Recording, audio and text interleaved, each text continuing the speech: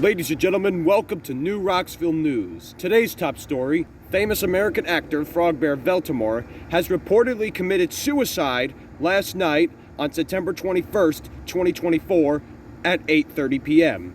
Here with me is Frogbear Veltamore's aunt, Jody H. Veltamore.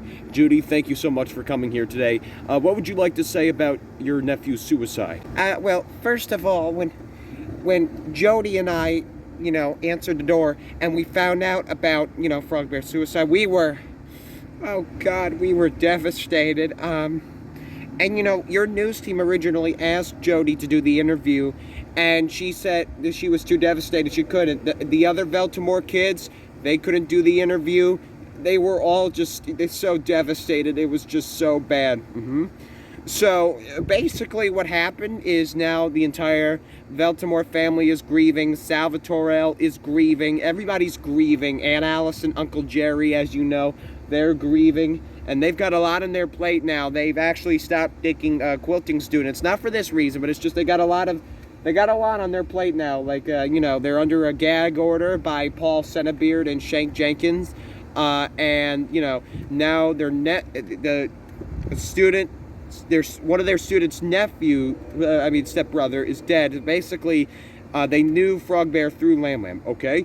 So yeah, and it was very horrible. Me and Nick, ever since April 21st, 2021, we were proud to call Frogbear our nephew, and we love Frogbear. What I think the problem with Frogbear is he didn't receive enough love back, which was definitely not the case. He just felt that way. And with Shank Jenkins and Paul Senebeard and their crazy IXL massacre, what's happening is now they're not receiving enough love, receiving enough attention, or at least Frogbear isn't anyway, okay?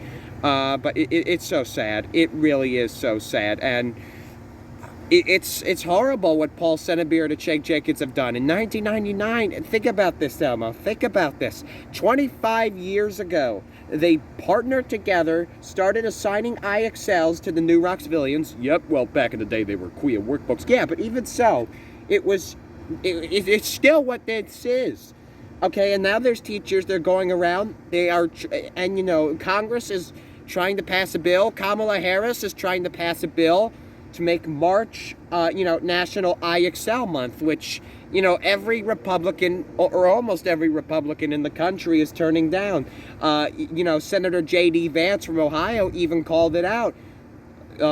Okay, so anyway, back to Frogbear's death. Do you think that it's still very devastating what happened to Frogbear? Absolutely. We're still grieving. And we found his suicide note, which he attributes his suicidal thoughts and actions to old Mayor Jenkins and IXL Learning. So he's actually been going through a lot, and we absolutely had no idea.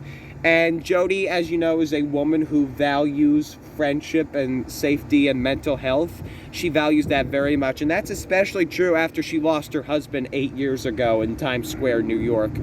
Yep. So the Veltamore family has been a lot. Like 8 years ago, Jody Veltamore has lost her husband, so hypothetically Frogbear lost his stepfather. Yep. And then last night, Frogbear Veltamore has